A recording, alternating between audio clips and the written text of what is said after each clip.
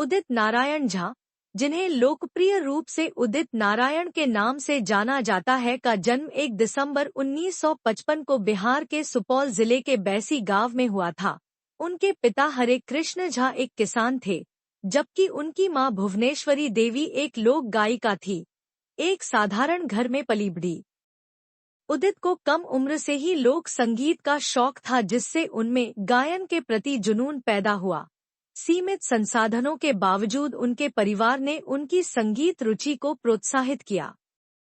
उदित ने अपनी प्राथमिक शिक्षा नेपाल में पूरी की और बाद में जागेश्वर हाई स्कूल में दाखिला लिया।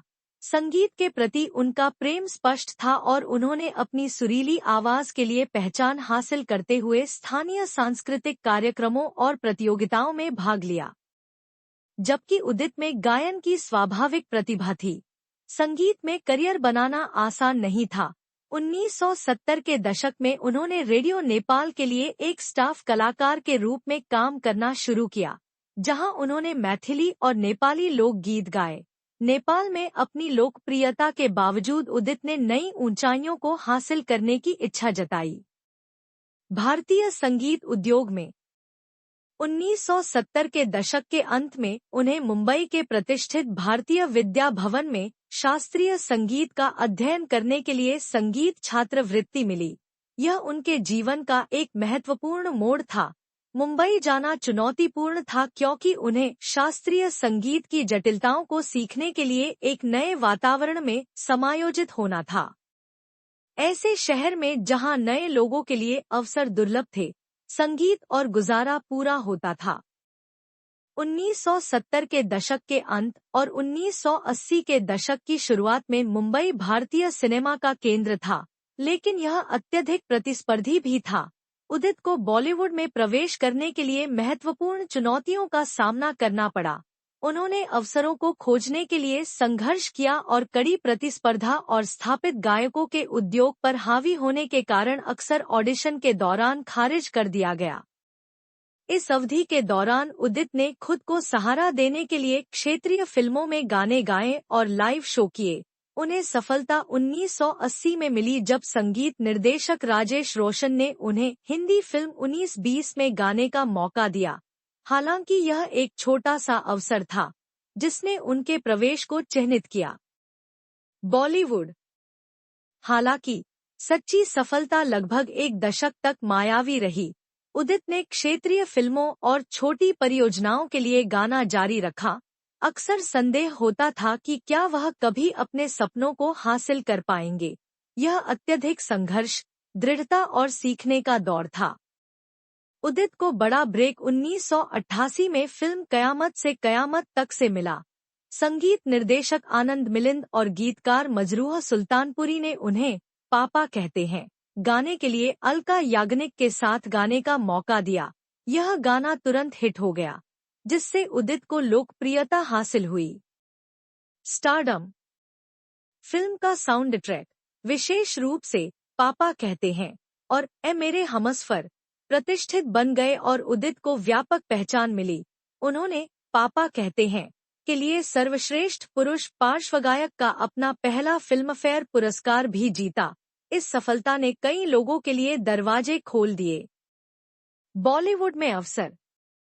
1990 के दशक में बॉलीवुड पर हावी रहीं। 1990 का दशक उदित नारायण के लिए एक सुनहरा युग था। उनकी अद्वितीय आवाज, सटीक उच्चारण और गायन में भावनाओं को शामिल करने की क्षमता ने उन्हें संगीत निर्देशकों के बीच पसंदीदा बना दिया। उदित आमिर खान, शाहरुख खान, सलमान खान और अक्षय कुमार जैसे प्रमुख अभिनेताओं की आवाज बन गए। इस अवधि के उनके कुछ सबसे यादगार गीतों में शामिल हैं। पहला नशा, मेहंदी लगा के रखना, जादू तेरी नजर, हो गया है तुझको, मितवा। उदित की बहुमुखी प्रतिभा ने उन्हें रोमांटिक गीतों से लेकर जोशीले डांस नंबरों और भावपूर्ण धुनों तक कई तरह के गाने गाने की अनुमति दी।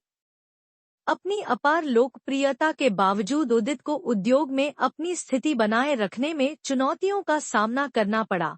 1990 के दशक के अंत और 2000 के दशक की शुरुआत में नए गायकों के आगमन और बदलते संगीत रुझानों के कारण उन्हें लगातार अनुकूलन करना पड़ा। हालांकि उनकी कला के प्रति समर्पण और खुद को नया रूप देने की उनकी क्षमता ने यह सुनिश्चित किया उसकी प्रासंगिकता।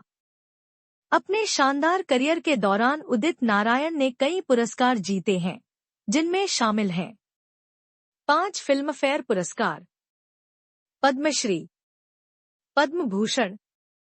उदित नारायण ने 1985 में दीपा नारायण से शादी की। दीपा खुद एक प्रतिभाशाली गायिका हैं और इस जोड़े ने अक्सर मंच पर एक साथ प्रदर्शन किया है। उनका एक बेटा आदित्य नारायण है जो अपने पिता के नक्शेकदम पर चलते हुए एक गायक और टेलीविजन होस्ट बन गया है। आदित्य ने बॉलीवुड फिल्मों के लिए गाया है और सा रे गा मा पा और इंडियन आइडल जैसे गायन रियलिटी शो के मेजबान के रूप में लोकप्रियता हासिल की है। उदित का उनके परिवार के साथ करीबी रिश्ता है और उन्होंने अक्सर उनकी कला के प्रति उनकी विनम्रता और समर्पण के लिए प्रशंसा व्यक्त की है। भारतीय संगीत में उदित नारायण का योगदान अद्वितीय है। 36 भाषाओं में 25,000 से अधिक गीतों के साथ उनकी आवाज ने भाषाई और सांस्कृतिक बाधाओं को पार करते हुए दुनिया भर में लाखों लोगों के दिलों को छू लिया है। अपनी संगीत उपलब्धियों के अलावा उदित विभिन्न परोपकारी गतिविधियों में शामिल हैं। उन्होंने नेपाल और भारत में शिक्षा और स्वास्थ्य सेवा के लिए पहल का समर्थन किया है और अक्सर चैरिटी कार्यक्रमों में प्रदर्शन करते हैं। एक छोटे से गांव से निकलकर भारतीय सिनेमा के सबसे प्रसिद्ध पार्श्व गायकों में से एक बनने तक का उदित नारायण का सफर दृढ़ता, जुनून और लचीलेपन की कहानी है। उनकी सुरीली आवाज, विनम्र व्यक्तित्व और उत्कृष्टता के प्रति प्रतिबद्धता ने उन्हें संगीत की दुनिया में एक सच्चा प्रतीक बना दिया है।